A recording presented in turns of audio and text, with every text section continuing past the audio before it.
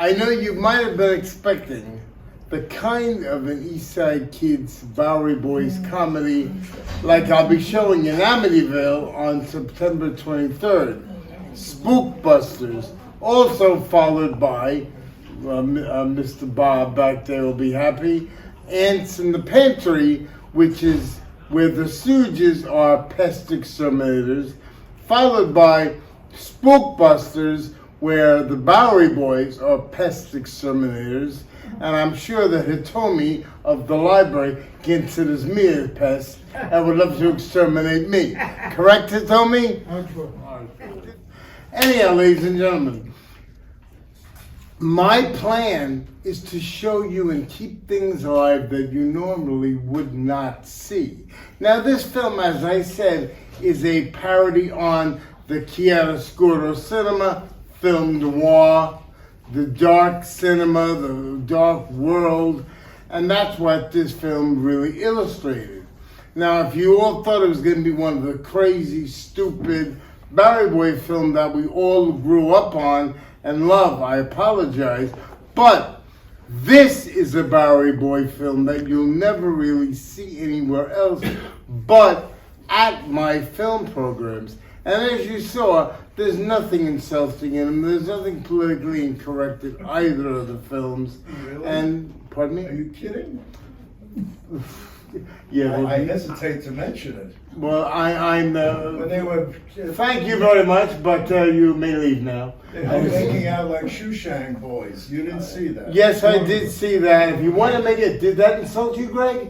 Absolutely not. Well, then why are you mentioning it and making me look Because good? it's the kind of thing. Right. But it's a quick little thing. It lasted 30 seconds on film. But now how He do you- did how have do you blackface, handle- So, but he was using the blackface not to Of insult course. the black race of people. The thing was used as a disguise so he would not be noticed. But how do you handle the person who's going to make it? Just like I'm not making the comment. just like I did now.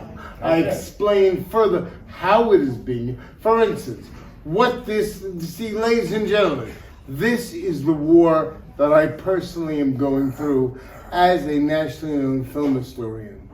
These films do have little tiny things in them, and the next film will too. Little tiny things, but I was told not to show a really great film I showed a lot of different libraries called The Dark Horse, which is all about politics and voting and things like that.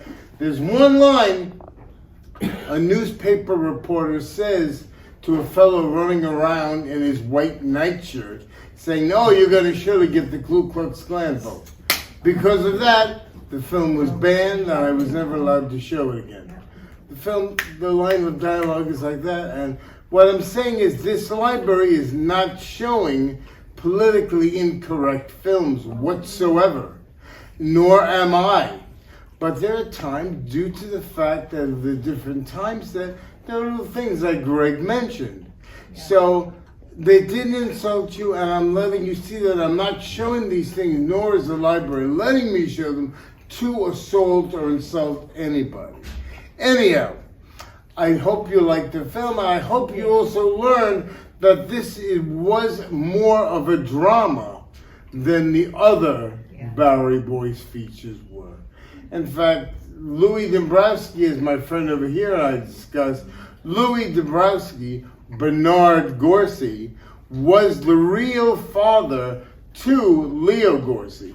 Now, Bernard Gorcey, Louis of Louis Sweet Shop, he began on stage in Broadway, as did the guys, when he did the original stage version of Abie's Irish Rose. Now, I see my one friend over there is waiting, is looking at her watch. Sir, yes.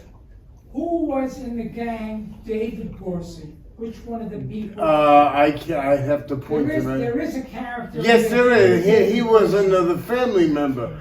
Very plain. He didn't have any dialogue in this at all. But he was. But he was one of Gave them. his name as being in the production. Yeah, but he's one. This was one of them.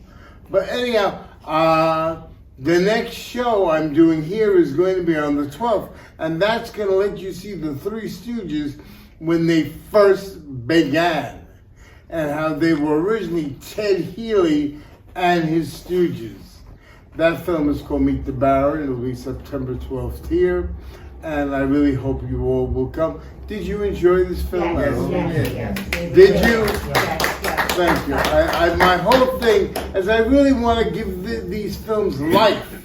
They're not meant to be hidden away like so many people today want them to be forgotten. For instance, okay, Al Jolson.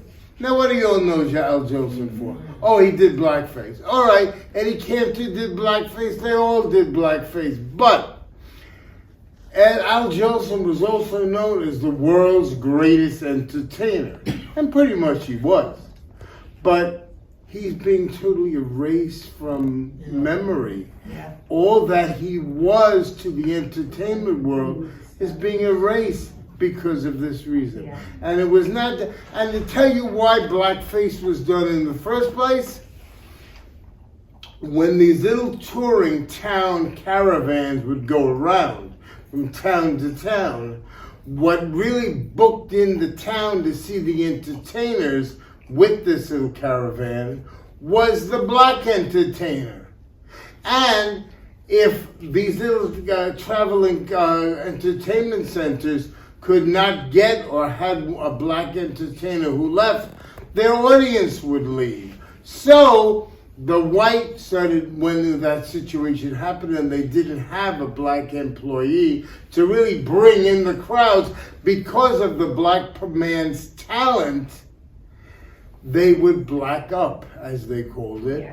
And they would be and they would emulate and imitate the greatness of the black entertainer. So when you see Al Jolson doing blackface, when you see blackface just now, in this case, it was used as a way to throw off adversaries, okay? By putting that on. It really was not even a focus point of a gag used on the race. But that really was used to show the respect to emulate the talent of the black entertainer. So there's your story, and that's what I will tell, and there you are, and Now you're off the hook. there you go. And when they get me off stage, they'll be using the hook.